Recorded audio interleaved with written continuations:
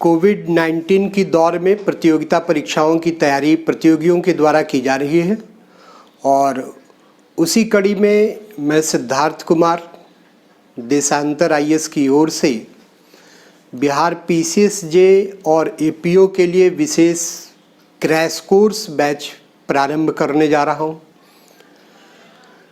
जिसमें जीएस के तमाम सेगमेंट आपको मिलेंगे और आप देखेंगे कि उन क्रैश कोर्स के माध्यम से आपको आपकी प्रतियोगिता परीक्षा की तैयारी में पीसीएसजे और एपीओ में बहुत मदद मिलेगी। पूरी एक्सपर्ट टीम इसके साथ कार्य कर रही है और उसी क्रम में मैं भूगोल के एक मार्गदर्शक के रूप में आपके सामने भूगोल की उन बिंदुओं पर चर्चा करूंगा जहां से प्रश्न बनने की संभावनाएं। भूगोल को खेल खेल में कैसे जानें, इसको आप हमारे वीडियो के माध्यम से सीखने का प्रयास करेंगे, देखने का प्रयास करेंगे, जानने का प्रयास करेंगे। तो देशांतर आईएएस यूट्यूब चैनल पर आपका स्वागत है और बिहार पीसीएसजे एपीओ के लिए स्पेशल क्रैश कोर्स बैच का आयोजन आप देखेंगे कि आपको पढ़ने के क्रम में भूगोल सीखने का अवसर मिलेगा और बहुत ही सरलता से आपको लगेगा कि भूगोल जो अब तक आपके लिए कठिन विषय बना हुआ था, अब ये निश्चित तौर से आपको लगने लगेगा कि भूगोल एक सरल विषय है। इन्फॉर्मेटिव वे में, कॉन्सेप्चुअल वे में और कार्टोग्राफिकल वे में, तीनों तरीके से आप भूगोल के विषय में एक सामान्य जानकारी क्रैश कोर्स के रूप में आपको प्राप्त हो रही। ठीक है, तो जहाँ से प्रश्न अधिक से अधिक बनते हैं भूगोल विषय को लेकर बिहार पीसीएसजे और एपीओ के लिए, वो भारत का भूगोल है और भारत के भूगोल के अंतर्गत ही विविध टॉपिक को हम लोग चयनित करके प्रतियोगिता परीक्षाओं की तैयारी करेंगे। और आप देखेंगे कि भारत के भूगोल के अंतर्गत निहित जो टॉपिक हैं उनमें आप देखेंगे कि भारत के भौतिक प्रदेशों से प्रश्न बनते रहे हैं। फिर आप देखेंगे कि भारत की जलवायु को लेकर प्रश्न बने हैं, भारत की नदियों को लेकर प्रश्न बनते रहे हैं, भारत की मिट्टी को लेकर प्रश्न बने हैं। फिर आप देखेंगे भारत में पाई जाने वाली प्राकृतिक वनस्पति को लेकर प्रश्न बनते रहे हैं। इसी प्रकार से कृषि, उद्योग, खनिज और तमाम पहलुओं को लेकर प्रश्न बनते रहे। आज हम लोग शुरू करेंगे पहले टॉपिक के रूप में भारत के भौतिक प्रदेश की। तो भारत भौतिक विविधताओं का देश है और उन्हीं भौतिक विविधताओं के आधार पर भारत को कई भौतिक प्रदेशों में बांटा जाता है। आप देखेंगे भारत की भौतिक विविधता के आधार पर भारत को निम्न भौतिक प्रदेशों में बांटा गया। उत्तर की ओर आप ये देखिए हिमालय प्रदेश है, हिमालय प्रदेश है जो नवीन मोरदार पर्वतमाला का प्रदेश है। दक्षिण में आप देखिए ये प्रायद्वीपीय प्रदेश है, प्रायद्वीपीय प्रदेश है जो गोंडवाना भूमि का भाग रहा है और भारत का प्राचीनतम भाग माना जाता है। फिर आप देखेंगे तीसरे प्राकृतिक प्रदेश के रूप में हिमालय और प्रायद्वीपीय भारत के मध्य में है। ये भारत का विशाल मैदानी प्रदेश है और हिमालयी नदियों के द्वारा लाए गए अवसादों के जमाव से बना है। तो ये विशाल मैदानी प्रदेश भारत का एक अन्य भौतिक प्रदेश, विशाल मैदानी प्रदेश। ठीक है, फिर आप देखेंगे कि प्रायद्वीपीय भारत के इधर पश्चिम और इधर पूर्व की ओर आप देखेंगे, इधर आप देखेंगे बंगाल की खाड़ी है और इधर आप देखेंगे अरब सागर। ये बंगाल की खाड़ी और इधर आप देखते हैं कि ये अरब सागर है, अरब सागर है।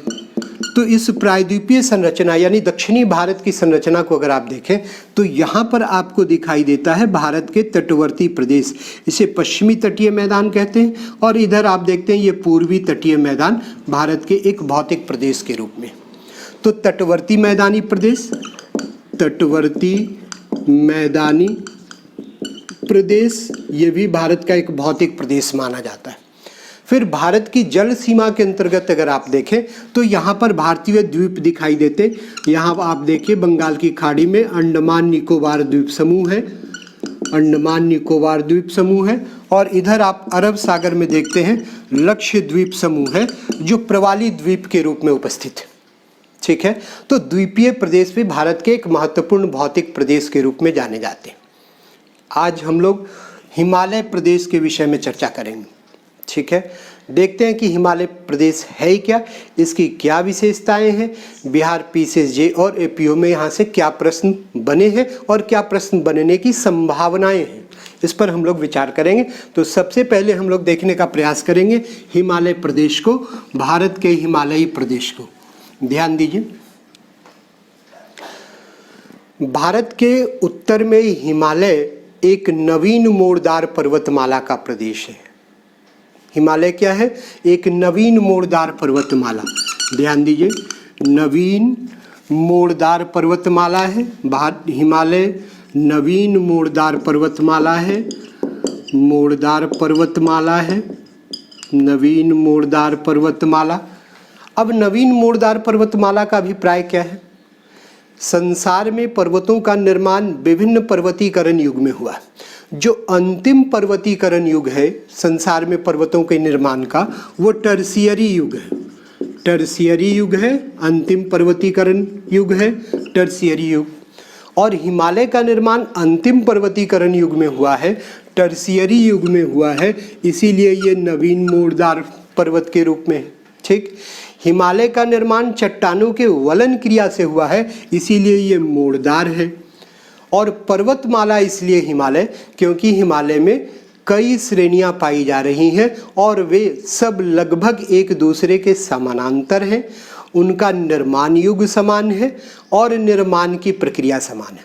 तो जब भी संसार में भिन्न भिन्न पर्वत श्रेणियों का निर्माण होता हो, वे लगभग समानांतर दिखाई देती हो, उनके निर्माण की प्रक्रिया समान हो और निर्माण युग समान हो, तो उसे पर्वतमाला कहा जाता है। ठीक है, तो हिमालय नवीन मोड़दार पर्वतमाला है। क्यों? टर्शियरी युग में विकसित हुआ है। क्यों? चट्टानों के वलन क्रिया द्वारा विकसित हुआ है। क्यों? इसमें कई पर्वत श्रेणियां समानांतर रूप में पाई जाती हैं, सबका निर्माण युग समान है और निर्माण की प्रक्रिया समान है। ठीक है, तो नवीन मोड़दार पर्वतमाला, निर्माण युग कौन सा इसका? टर्शियरी युग। आपको ध्यान रखना है हिमालय के निर्माण युग के विषय में कि हिमालय का निर्माण किस युग में होता है। तो हिमालय का निर्माण टर्शियरी पर्वतीकरण युग में होता है, जो अंतिम पर्वतीकरण युग माना जाता है संसार का। ठीक है, हिमालय की उत्पत्ति प्रक्रिया को हम लोग देखने का प्रयास करेंगे। हिमालय का निर्माण कैसे होता है और किस प्रकार से ये वलित पर्वत के रूप में विकसित होता है। ध्यान दीजिए, हिमालय की उत्पत्ति प्रक्रिया को लेकर, उत्पत्ति को लेकर कई प्रकार की संकल्पनाएं हैं। उन्हीं संकल्पनाओं में से एक है भूसन्नति संकल्पना, जियोसिनक्लाइन कॉन्सेप्ट। जियोसिनक्लाइन कॉन्सेप्ट भूसन्नति संकल्पना। अब देखिए, हिमालय की उत्पत्ति के विषय में कहा जाता कि आज जहाँ पर हिमालय पर्वतमाला अवस्थित है, वहाँ पर पहले एक छिछला जल क्षेत्र हुआ करता था, एक सागर हुआ करता था। ठीक है, अब देखिए इस भूसन्नति का अभिप्राय क्या है? Geosynclines are shallow sea water area. ये छिछले सागरीय जल क्षेत्र होते हैं and they are birth place of folded mountains of the world. और ये संसार के मोड़दार पर्वतों के जन्मस्थल माने जाते हैं। ठीक, हिमालय के विषय में भी कहा जाता है कि हिमालय का जो निर्माण है वो भूसन्नति में हुआ है, यानी एक जल क्षेत्र में हुआ है, एक ऐसे सागरीय क्षेत्र में हुआ है जो कम गहराई का था और उसी का नाम दिया गया टेथिज सी, टेथिज सागर। ठीक है, तो हिमालय का निर्माण क्षेत्र क्या है? टेथिज सागर है। ध्यान रखना है, हिमालय किस भूसन्नति में विकसित होता है? तो टेथिज भूसन्नति में विकसित होता है। इस टेथिज भूसन्नति के उत्तर में यहाँ पर अंगारा लैंड है और यहाँ पर गोंडवाना लैंड है, गोंडवाना लैंड है। ठीक, इन दोनों भूखंडों से चट्टानी टुकड़े और अवसादों का इसमें जमाव होता है। इसके जमाव होने से यहाँ पर अवसादी चट्टान बनती है और उन अवसादी चट्टानों के निर्मित होने से इस भूसन्नति की तली पर भार बढ़ता है और भार बढ़ने के कारण इसकी तली में अवतलन की क्रिया होती है, धंसाव होता। तो जैसे इसकी तली अवतलित होती है, अंगारा लैंड और गोंडवाना लैंड दोनों भूखंड कहते हैं कि एक दूसरे की ओर संचलित होते हैं। एक बल विकसित होता जिसे हम संकुचन बल कहते हैं। इस संकुचन बल का प्रभाव ये होता कि जैसे ही दोनों तरफ से ये भूखंड सरकते हैं, यहाँ पर पाए जाने वाले अवसादी चट्टानों पर दबाव पड़ता है और दबाव पड़ने के कारण वे अवसादी चट्टान ऊपर उठने लगती हैं, जिसमें वलन की प्रक्रिया द्वारा हिमालय का निर्माण सुनिश्चित होता है। तो हिमालय का निर्माण टेथिज सागर में होता है। हिमालय का निर्माण टेथिज सागर में होता है। हिमालय का निर्माण टेथिज भूसन्नति में होता है और अवसादी चट्टानों के, मोड़दार चट्टानों के वलन क्रिया द्वारा होता है। ठीक है, परतदार चट्टानों के वलन क्रिया द्वारा होता है। किस युग में होता है हिमालय का निर्माण? अभी थोड़ी देर पहले हम लोगों ने देखा कि टर्शियरी युग में होता है हिमालय का निर्माण। तो हिमालय का निर्माण युग आपको ध्यान में रखना है। हिमालय टर्शियरी युग में विकसित पर्वतमाला है। कहाँ पर विकसित पर्वतमाला है? तो टेथिज सागर में विकसित पर्वतमाला है। तो हिमालय की उत्पत्ति के विषय में कहा गया, भूसन्नति संकल्पना के अनुसार हिमालय टेथिज सागर में बना है। कैसे? तो अंगारा लैंड, गोंडवाना लैंड के चट्टानी टुकड़े आकर उसमें जमा होते, उनके जमाव से अवसादी चट्टान बनती है और अवसादी चट्टान से टेथिज सागर की तली पर जब धंसाव होते तो संकुचन बल के प्रभाव से ये मुर्दार पर्वत हिमालय का निर्माण सुनिश्चित होता है। ठीक, हिमालय के निर्माण की दूसरी संकल्पना, और उस संकल्पना को प्लेट विवर्तनिकी संकल्पना के रूप में हम जानते हैं। और देखें कि इस संकल्पना में क्या कहा गया हिमालय की उत्पत्ति प्रक्रिया को लेकर। हिमालय की उत्पत्ति प्रक्रिया के विषय में ये कहा गया प्लेट टेक्टोनिक संकल्पना के अनुसार, प्लेट विवर्तनिकी संकल्पना के अनुसार, कि हिमालय का निर्माण भारतीय प्लेट और यूरेशियाई प्लेटों के टकराव से हुआ। ये दक्षिण भारत आपको दिख रहा है, यह भारतीय प्लेट का हिस्सा रहा है। ये देखिए, ये भारतीय प्लेट है, भारतीय प्लेट का हिस्सा रहा। इसके उत्तर में यूरोप और एशिया है जो यूरेशियाई प्लेट के रूप में। ठीक, ये दोनों महाद्वीपीय प्लेटें हैं। ठीक, इन दोनों प्लेटों के टकराव का परिणाम है हिमालय। प्लेट विवर्तनिकी संकल्पना के अनुसार, प्लेट विवर्तनिकी संकल्पना, प्लेट टेक्टोनिक कॉन्सेप्ट, इस कॉन्सेप्ट के अनुसार हिमालय का निर्माण भारतीय प्लेट और यूरेशियाई प्लेट के टकराव से हुआ। भारतीय प्लेट और यूरेशियाई प्लेट के टकराव से हुआ। बोथ आर कॉन्टिनेंटल प्लेट, दोनों महाद्वीपीय प्लेट हैं, but the density of Indian plate is more than the density of Eurasian plate. परंतु भारतीय प्लेट की जो घनत्व है वो यूरेशियाई प्लेट से अधिक है और इसलिए कहा जाता है कि इंडियन प्लेट कंपैरेटिवली भारी प्लेट के रूप में। प्लेट विवर्तनिकी के अनुसार ये माना जाता है कि भारतीय प्लेट का जो मूवमेंट है वो यूरेशियाई प्लेट की ओर, और भारतीय प्लेट के यूरेशियाई प्लेट की ओर जो मूवमेंट है ये उत्तर पूर्व दिशा में है। ध्यान रखिए, यहाँ ध्यान आपको रखना है कि भारतीय प्लेट किस दिशा में गतिशील हो रही है, तो उत्तर पूर्व दिशा में गतिशील हो रही है। किस ओर गतिशील हो रही है? तो यूरेशियाई प्लेट की ओर गतिशील हो रही है। एक और महत्वपूर्ण बात जो आपको ध्यान में रखनी है, भारतीय प्लेट का जो मूवमेंट है ये 5 सेंटीमीटर प्रति वर्ष की दर से है, 5 सेंटीमीटर प्रति वर्ष की दर से है यूरेशियाई प्लेट की ओर। जब दोनों प्लेटें टकराती हैं, अब मान लीजिए कि एक प्लेट ये है और दूसरी प्लेट ये है, मूवमेंट एक प्लेट का, दोनों प्लेटों का टकराव, प्लेट ए और प्लेट बी, या कह सकते हैं इंडियन प्लेट और यूरेशियन प्लेट, दोनों प्लेटें टकरा रही हैं। टकराने के कारण प्लेटें जो कॉन्टिनेंटल हैं, महाद्वीपीय हैं, इन दोनों प्लेटों के बीच जो अवसादी चट्टानें हैं, उन चट्टानों में टकराव के कारण वलन क्रिया प्रारंभ होती है और उस वलन क्रिया के कारण हिमालय का निर्माण हुआ। तो प्लेट विवर्तनिकी ये मानता है कि हिमालय का निर्माण भारतीय प्लेट और यूरेशियाई प्लेटों के टकराव का परिणाम है।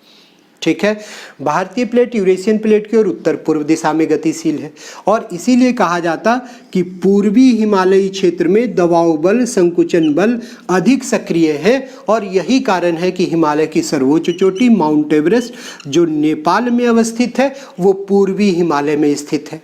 ठीक है, माउंट एवरेस्ट को नेपाल में सागर माथा के रूप में भी हम जानते हैं। ठीक है, तो हिमालय की उत्पत्ति प्रक्रिया को हमने देखा, टेथिज भूसन्नति के अनुसार हम के संकल्पना के आधार पर हमने देखा और प्लेट विवर्तनिकी संकल्पना के आधार पर हमने देखा कि किस प्रकार हिमालय का निर्माण सुनिश्चित होता है। ठीक है। अब हमें प्रारंभिक परीक्षा की दृष्टि से हमें क्या ध्यान रखना है? एक तो हमें ध्यान रखना है कि हिमालय का निर्माण किस युग में हुआ, तो हिमालय टर्शियरी युग में बना हुआ है। फिर हमने ध्यान रखना है हिमालय कितने क्षेत्र पर फैला है, तो 5 लाख वर्ग किलोमीटर क्षेत्र पर फैला है। 5 लाख वर्ग किलोमीटर क्षेत्र पर हिमालय का विस्तार पाया जाता है। फिर हमें ध्यान रखना है कि हिमालय किस प्रकार का पर्वतमाला है, तो नवीन मोड़दार पर्वतमाला है। इसके बाद हमें ध्यान रखना है हिमालय का निर्माण किस भूसन्नति में हुआ है, तो टेथिज भूसन्नति में हुआ है। फिर हमें ध्यान रखना है कि हिमालय का निर्माण किन किन प्लेटों के टकराव से हुआ है, तो भारतीय प्लेट और यूरेशियाई प्लेट के टकराव से हुआ है। फिर हमें ध्यान रखना है भारतीय प्लेट किस दिशा में गतिशील है, तो उत्तर पूर्व दिशा में गतिशील है। फिर हमें प्रारंभिक परीक्षा की दृष्टि से ध्यान में रखना है कि हिमालय की ऊंचाई पूर्वी हिमालय में अधिक है, क्यों? तो ध्यान रखना है क्योंकि भारतीय प्लेट उत्तर पूर्व दिशा की ओर गतिशील है, इसलिए हिमालय का निर्माण क्रम में पूर्वी हिमालय की ऊंचाई अधिक पाई जाती है। माउंट एवरेस्ट नेपाल में अवस्थित है, जिसे सागर माथा के रूप में हम जानते हैं। तो इन तमाम बिंदुओं से आपके प्रश्न प्रारंभिक परीक्षा में बनेंगे। धन्यवाद।